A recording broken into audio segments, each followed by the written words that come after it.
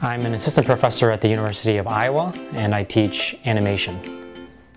So every day I teach a few hours, and then the rest of the time I'm either meeting with students, doing administrative work, or my favorite thing is to be producing animated shorts. So I usually like to devote the majority of that time to making films. I think the main reason why I wanted to make animation was the fact that it was so cutting edge and that there wasn't really a strong history or basis for it, that the idea of it being wide open to be able to kind of be your own trailblazer in a sense was exciting to me. I mean, I always loved playing with technology, whether it was taking it apart or building it. So I felt the combination of both the art aspect of it and the creativity and then the technical aspects felt like it was like ideal for me. I originally thought I would be making movies, like for Hollywood or something like that, but it turns out I'm making my own little version of Hollywood in my living room, so to speak. So some of the transferable skills I learned here at McMaster were, I think, research, communications, and presentation skills. I think every semester we had to work in teams too, so that collaborative aspect I think is very strong. Outside of that, there's certain aspects that I think people have to learn on their own. Building loyalty and trust in people I think are very important in what I do, and I think that helped me a lot. Be able to get some of those skills during my time here. There was a few social clubs I was involved with. They were Campus Crusade for Christ, Asian Focus, and the Multimedia Club. And they're all a little bit different in terms of the type of people that were in each club. And I think being able to relate to different sets of people, and almost in a way maybe like a chameleon, where you're able to understand this type of social group versus this social group versus this group, in terms of not only culturally but also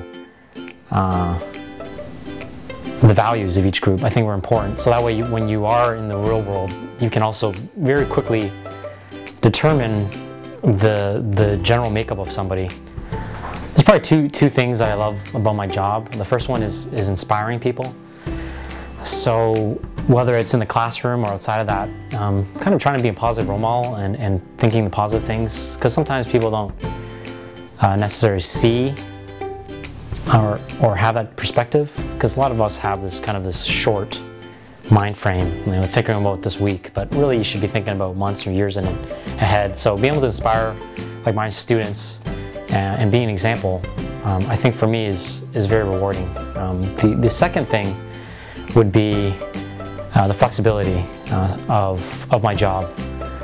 So what I mean by that is every day is not really the same. There's always new challenges, and I don't necessarily need to be in one particular place. So the flexibility to be able to travel and work remotely and research, like in Thailand, is a nice thing. What will prepare students for the future is what I like to say: don't sit on your hands, because you've got to almost think, like I said before, 5 years in advance, and at the same time you've got to put money in your pocket. So if you can work on something that is your passion that has some sort of monetary value, I think that's a huge advantage.